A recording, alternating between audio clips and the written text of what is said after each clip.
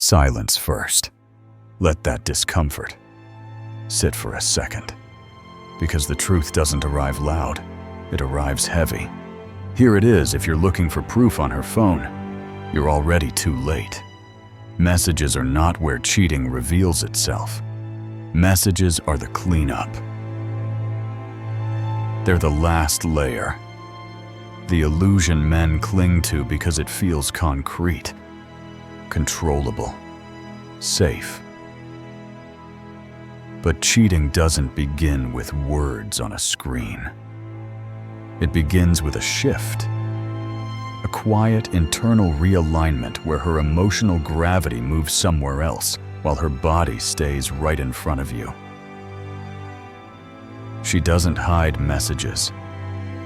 She hides energy. She hides where her attention goes when she's silent. She hides what no password can protect. Most men lose not because they missed evidence, but because they were trained to look in the wrong place. They scroll. They search. They interrogate pixels. While the real betrayal is happening in tone, timing, and presence. Cheating is not an action first. It's a withdrawal, a reallocation of emotional investment. And by the time a man feels compelled to check a phone, his intuition has already fired the warning shot. He just ignored it. Because surveillance feels stronger than awareness. Because proof feels safer than perception. But here's the uncomfortable reality. The phone never tells you the truth. Patterns do. Behavior does. Energy does. The man who understands this stops hunting for screenshots and starts reading alignment. He doesn't need to catch her. He needs to see her. And that's the difference between men who stay trapped in confusion and men who recognize the shift the moment it happens. Awareness beats surveillance. Every time. Once you understand that messages are the cleanup, not the crime, the entire game changes. Phones lie, not because the technology is deceptive, but because you're asking them the wrong question. A phone can only show you what someone failed to manage. Patterns. On the other hand, expose what someone is committed to. And a woman who cheats successfully does not rely on secrecy. She relies on predictability. She knows most men are conditioned to look for explosion-suspicious texts, late-night calls, obvious slips. So, she gives you the opposite. Routine, calm, normalcy. The kind that puts you to sleep while the real shift happens underneath. That's why the moment you feel the urge to read messages, you're already playing defense. You're reacting, not observing. You're chasing confirmation instead of recognizing alignment. Here's where men fail, and they fail in two predictable ways. The first is escalation. The questions tighten. The tone sharpens. Why are you always on your phone turns into, who were you texting? Then comes the phone check, framed as honesty, justified as transparency. But what actually happens is this: the moment you escalate, you signal insecurity and urgency. You tell her you're no longer reading the situation, you're trying to control it. And control never reveals truth. It forces performance. She doesn't come clean. She gets cleaner. She learns what you are afraid of and adjusts around it. The second failure is collapse, and it's quieter, but just as destructive. You feel something's off, but instead of acting with clarity, you turn inward. You tell yourself you're overthinking. You soften your expectations. You overcompensate with patience, affection, understanding. You hear yourself say things like, She's probably just stressed. Or I don't want to be that guy. So you ignore the pattern and blame your perception. Collapse doesn't preserve the relationship. It erases your position in it. It teaches her that disengagement carries no consequence. This is where the rule matters. Don't escalate. Don't collapse. Escalation puts you beneath the situation. Collapse puts you inside it. The centered man does neither. He watches. He listens. He notices what repeats, not what's said once, but what's consistent. He notices how often conversations end quickly, how explanations arrive before questions, how decisions are delivered, not discussed. He doesn't accuse. He doesn't apologize for noticing. He stays neutral long enough for the pattern to speak for itself, because patterns always speak, especially when you stop interrupting them with fear. Once you stop chasing phones and start watching behavior, the leaks become obvious. Not dramatic, not cinematic, quiet. The first place cheating shows itself is in conversation compression. She still answers, but she no longer expands. What used to be shared becomes processed elsewhere. You ask a simple question, "How was your day?" And you get, "Busy." Same stuff. No frustration, no story, no emotional residue.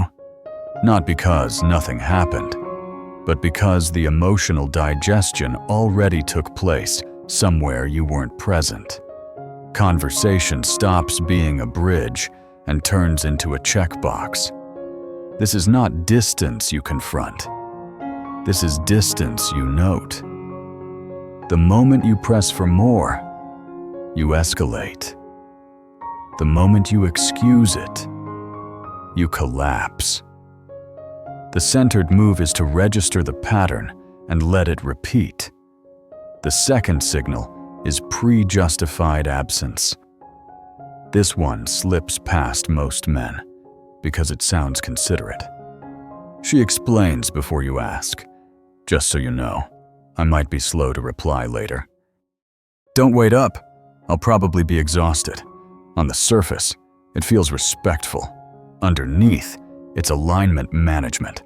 Innocent people explain after because there's nothing to manage. Guilty alignment explains before to pre-frame expectation and neutralize reaction. She's not telling you what she's doing, she's telling you not to notice.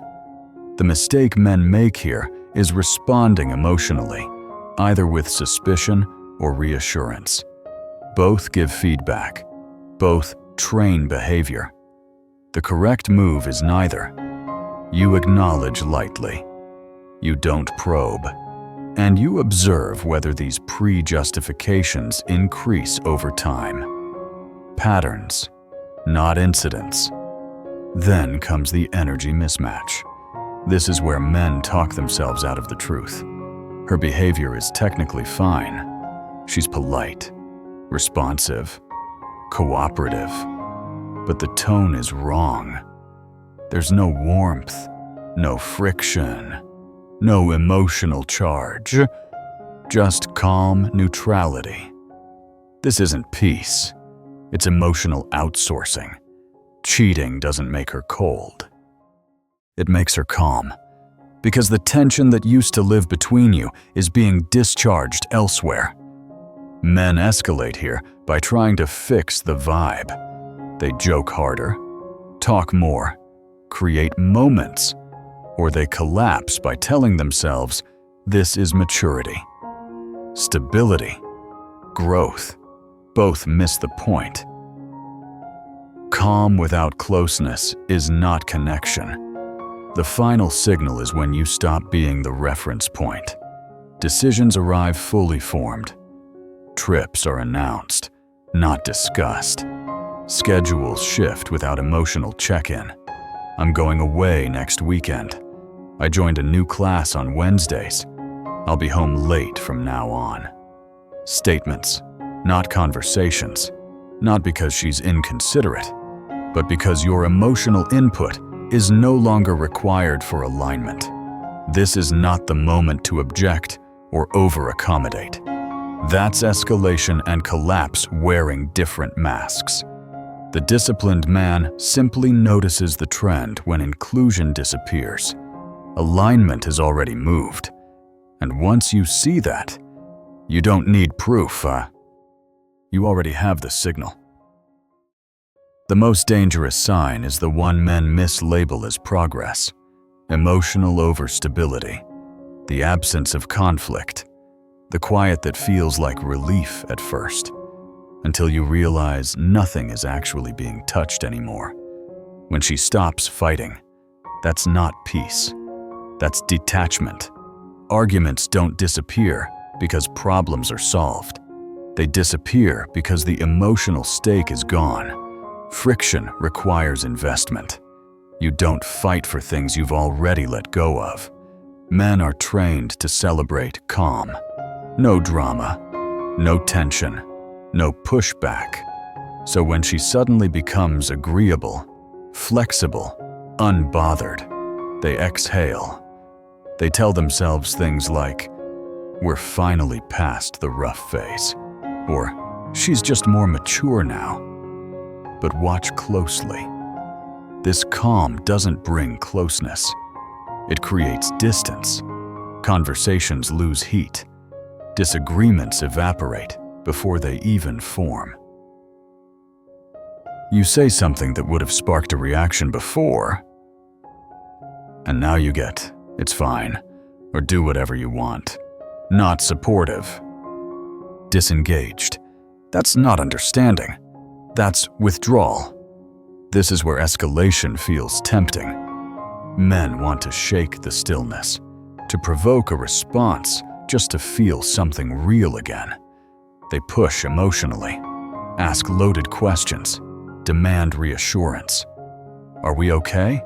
You seem different lately." That's escalation. And it fails because it confirms you're chasing connection from someone who's already stepped back.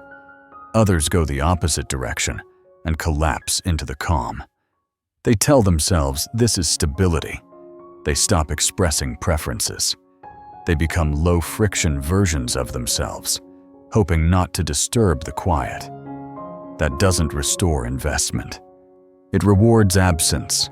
Listen to the language during emotional overstability. It's neutral, polite, and closed. You bring up something that bothers you, and here, "I don't want to argue." Not because she wants harmony, but because she doesn't want engagement. You ask for her opinion and get whatever you think is best. You mention a concern, and she responds, "It's not that deep." These aren't peacemaking phrases. They're exit phrases. They shut doors without slamming them. The disciplined response here is neither confrontation nor accommodation. Don't escalate. Don't collapse. You don't try to reintroduce drama. And you don't mistake silence for alignment. You observe whether this overstability persists when stakes should naturally create friction. Because in healthy connection, calm and tension alternate. There's warmth, then resistance, then repair. When everything flattens into neutrality, when nothing seems to matter enough to discuss, the signal is already loud. Emotional overstability isn't the absence of problems. It's the absence of presence. And once you recognize that, you stop chasing peace and start reading detachment for what it is. This is where most men lose their position not because they lack intelligence, but because they abandon structure under pressure.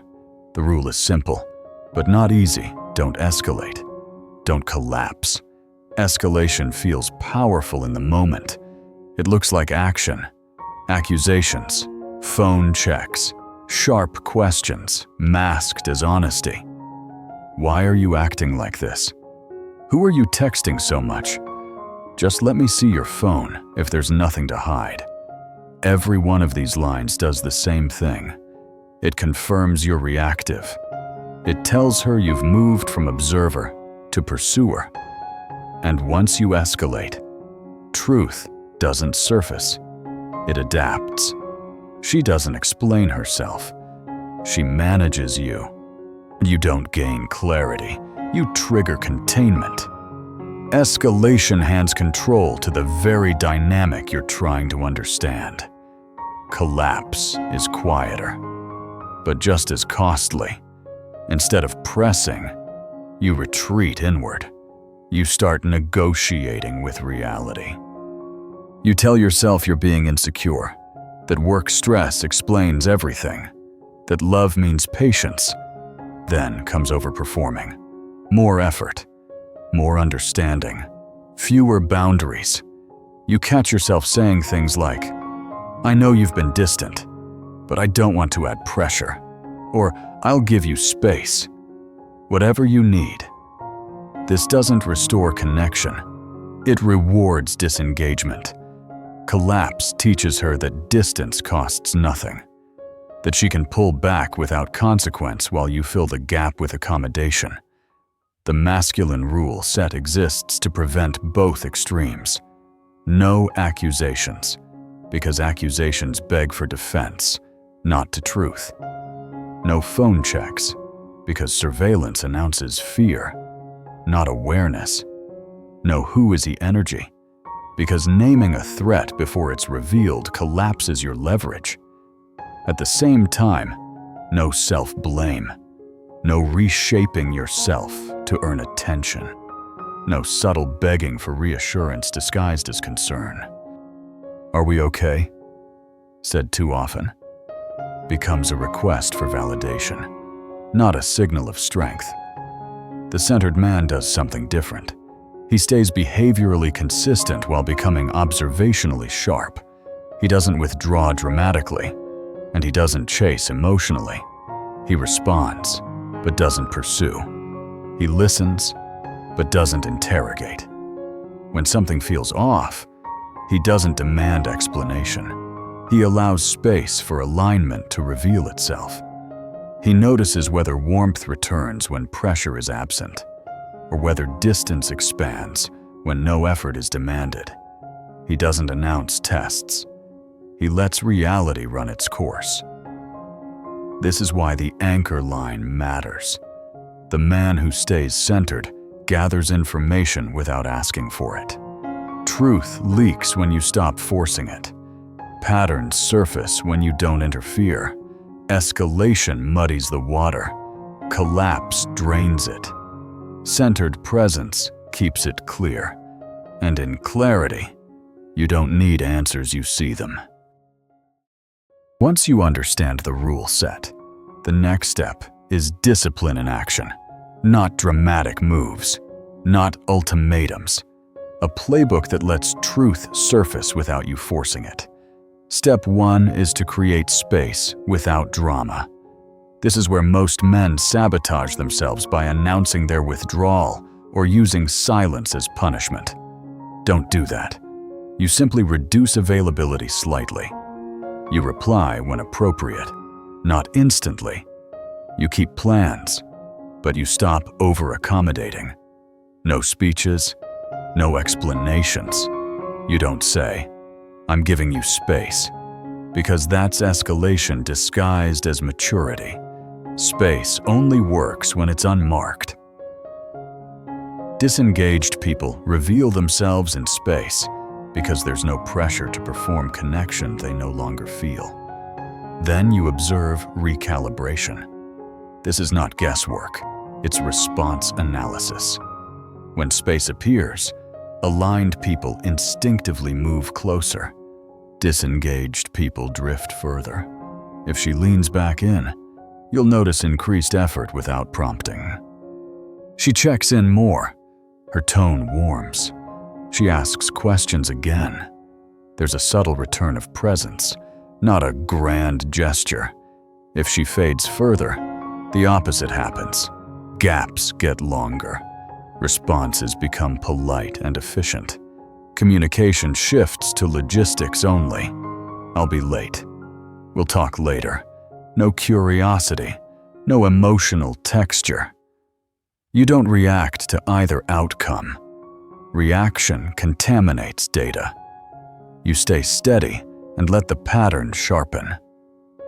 Step 3 is a single neutral test question. 1. Not emotional, not loaded, not accusatory. Something simple like, "You seem a bit elsewhere lately." Everything aligned on your end. Then you stop talking. Silence is critical. Men ruin this step by filling the gap, explaining why they're asking, or softening the question to avoid discomfort. Don't. Her response isn't about the words. It's about the tone. Does she engage, clarify, and invite dialogue? Or does she deflect, minimize, and close the loop quickly? "I'm just tired." Said with openness is different from "nothing's wrong," said with finality. Step 4 is where patience becomes power. You don't seek closure. You don't demand clarity.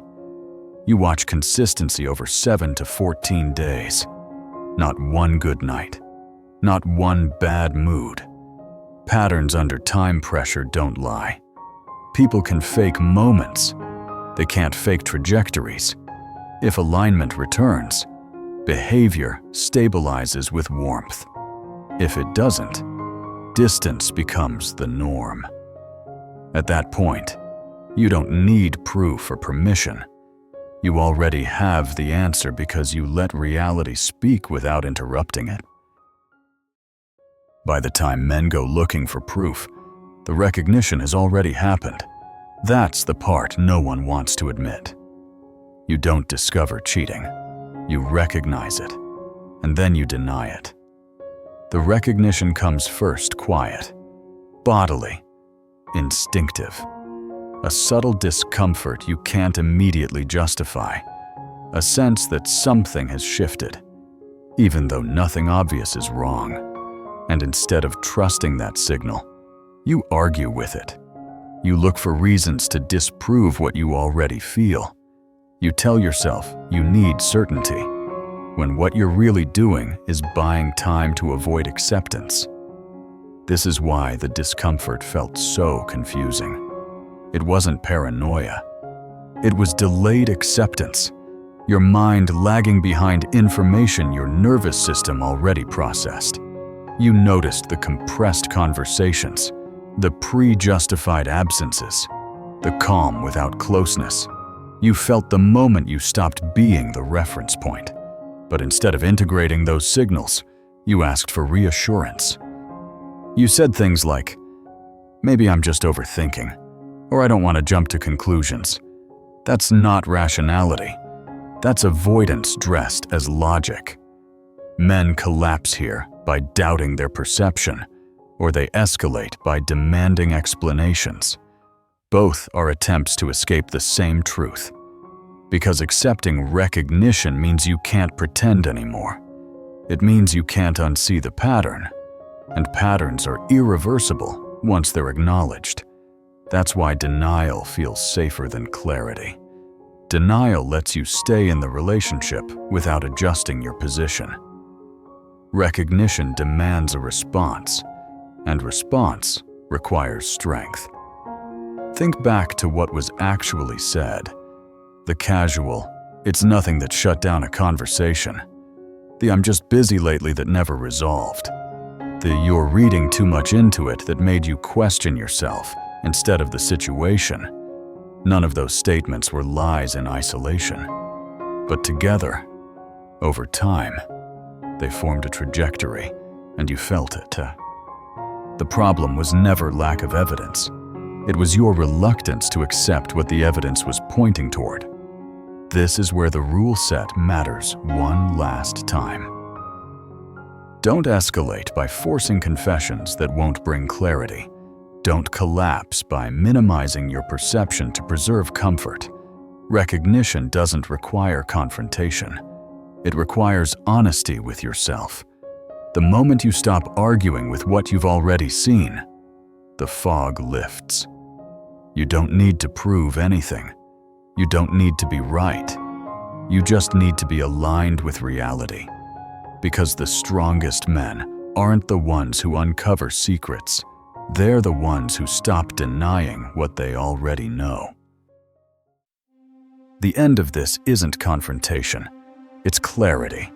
A man who trusts his perception never needs evidence.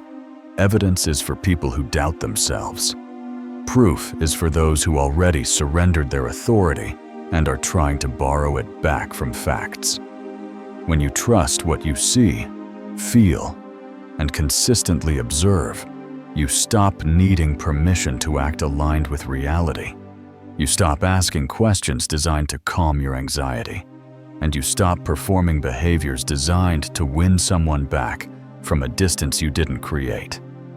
This is where everything you've learned comes together. You don't escalate by forcing conversations that only teach her how to manage you. You don't collapse by pretending nothing's wrong to preserve temporary comfort. You stay observant, not suspicious, not paranoid present. You notice how often she initiates without prompting.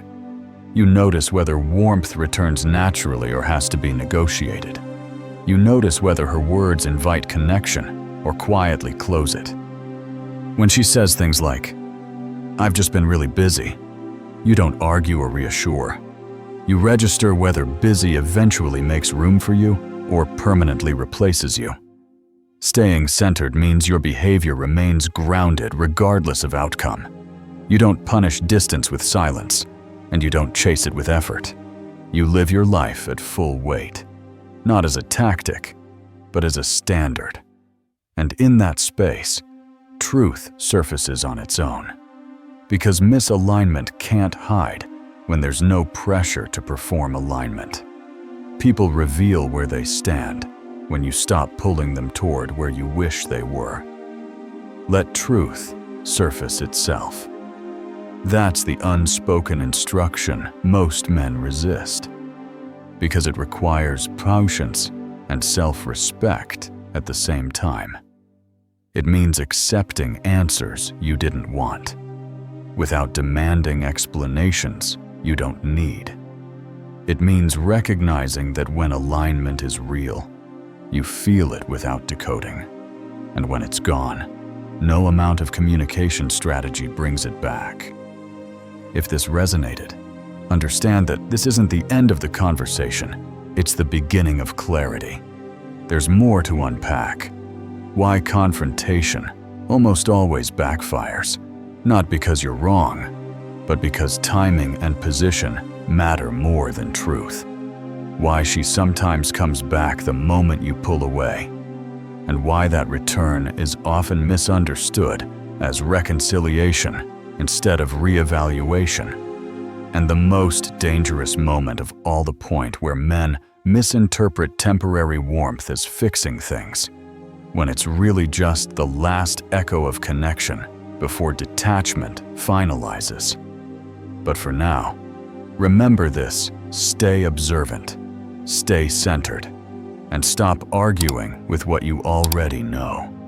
The strongest position a man can hold is alignment with reality. And once you have that, you don't chase answers. You recognize them.